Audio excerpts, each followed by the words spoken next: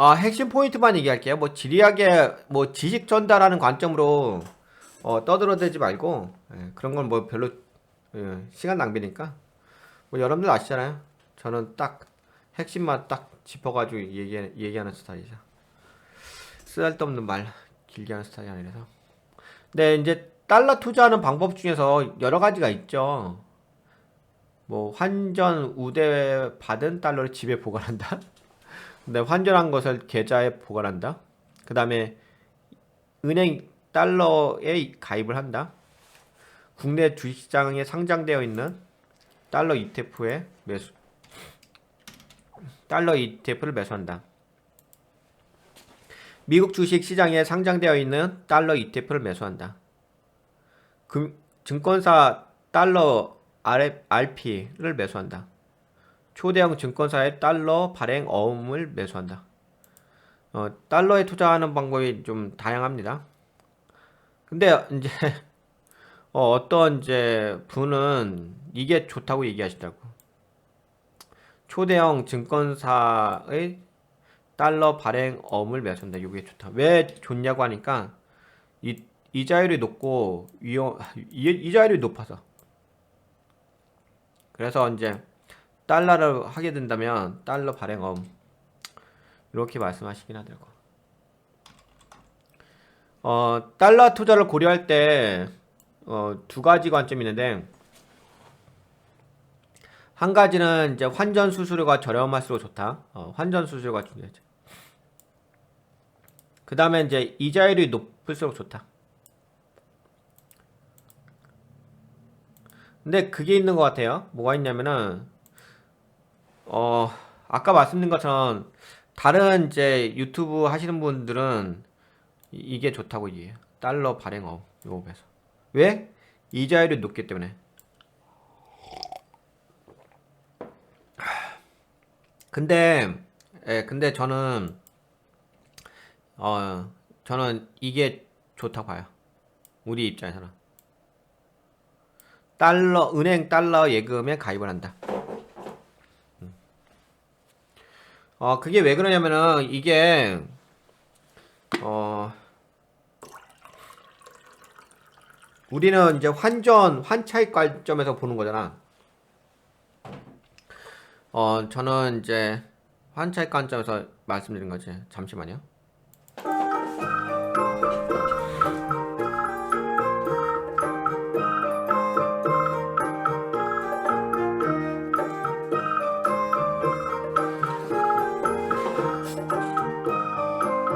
근데 이제 보통 우리가 투자를 할 때 이자 수익이란 게 있잖아요. 거기서 어떤 원금이 안 까먹는 범위에서 수익을 내는 게 이자 수익이잖아.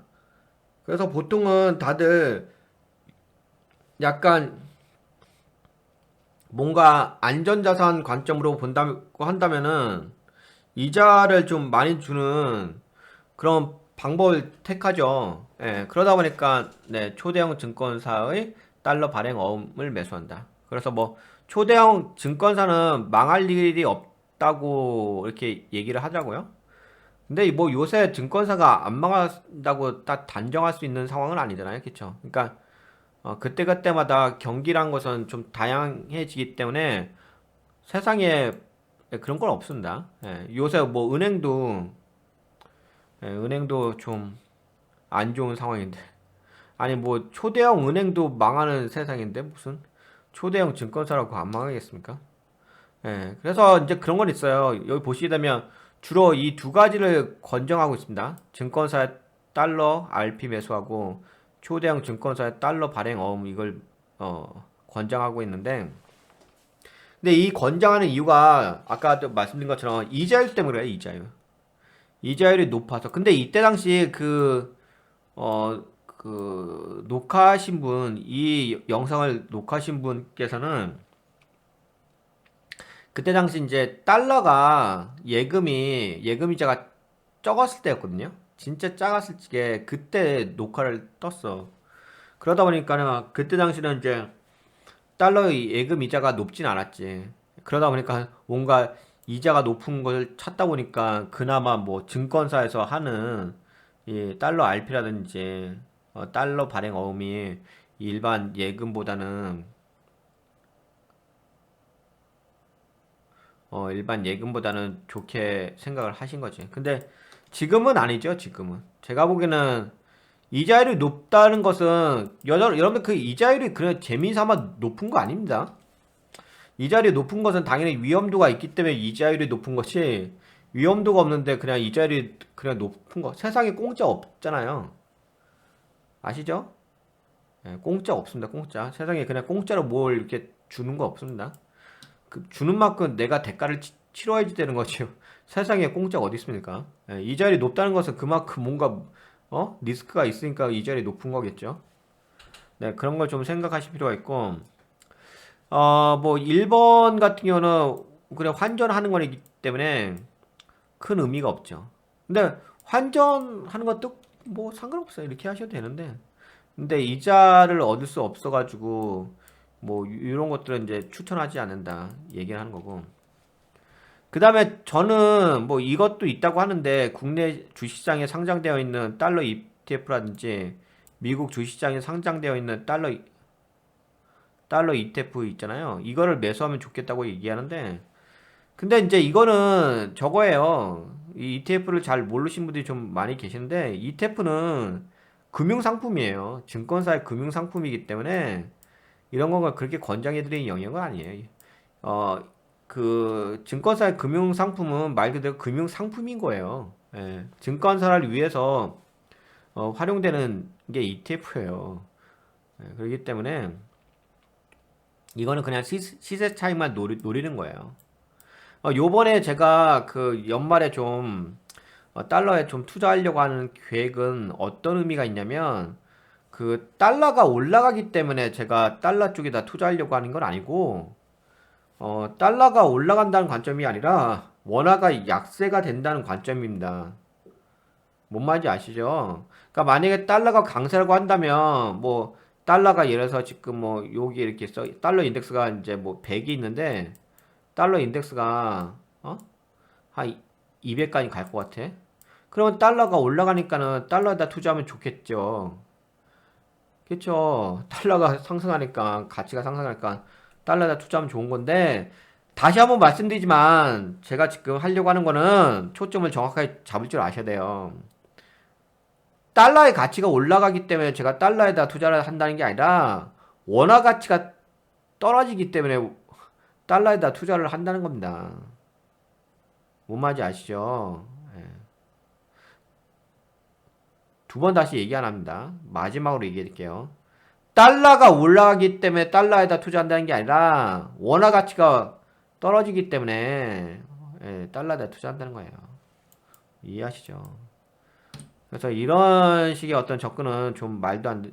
이거 뭐 만약에 달러가 올라간다고 한다면 뭐 ETF에다 투자할 수도 있긴 하겠죠. 이런 데다가. 이런 데 투자할 수 있는데 그런 개념은 아닙니다. 그렇기 때문에 제가 보기에는 저는 이제 이게 맞다고 봐요. 여기에 맞다고 봐요. 은행 달러 예금에 가입을 한다. 이게요, 그 투자하시는 그 분들에 따라서, 전략에 따라서 달라지는 겁니다. 무조건 뭐 6번하고 7번이 좋아요, 이런 거 아닙니다. 예. 그런 거 아니고, 제가 연말에 하려고 하는 거는 은행 달러 예금에 가입하는 거. 요거를 한번 봐봤어요.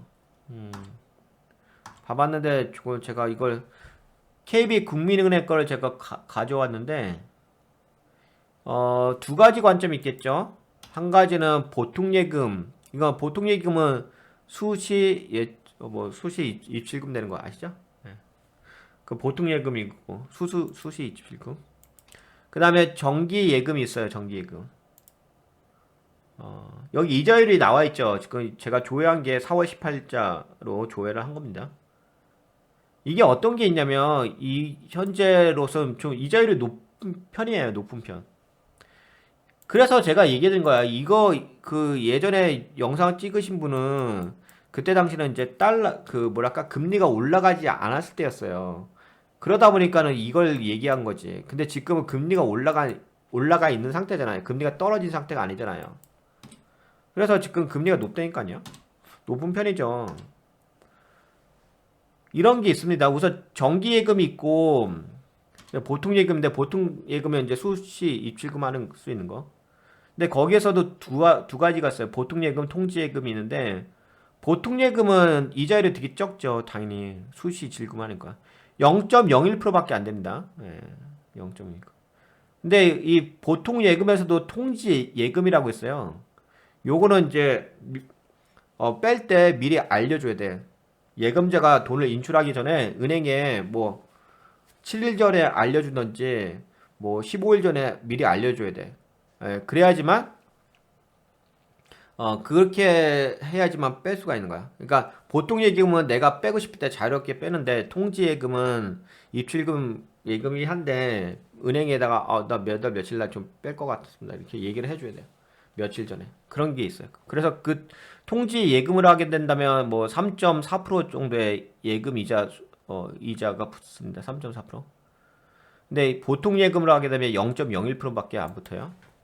그래서 그런지 몰라도 이 정기 예금이 있어요. 정기 예금이 있는데 이 정기 예금은 뭐 7일 미만, 7일 이상, 1개월 미만, 1개월 이상, 2개월 미만 이렇게 있습니다.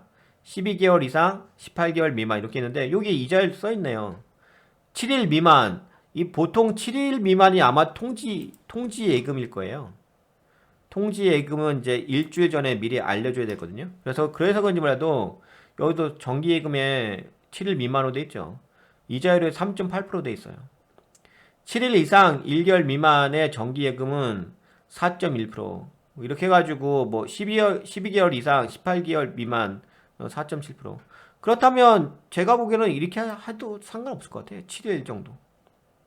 정기 예금으로 해가지고 7일 미만으로 해가지고 뭐 3.8%였던 이자율을 챙길 수도 있고 아니면 이렇게 하셔도 되고 아니면 통지 예금으로 하셔도 되죠. 통지 예금을 해가지고 내가 며칠 뭐 한 7일이라고 한다면 7일 후에 내가 빼겠다 뭐 그런 식으로 좀 얘기를 해준다면 그러면 어느 정도 예금 이자를 좀 받을 수는 있을 것 같습니다. 그래서 이게 그 녹화를 하시는 분께서 언제 녹화를 하고 그 다음에 취지가 어떤 취지인지에 따라서 그 전략이 달라질 것 같아요. 그래서 제가 보기에는 뭐 이건 아닌 것 같고 당연히 이거 ETF는 당연히 아니죠.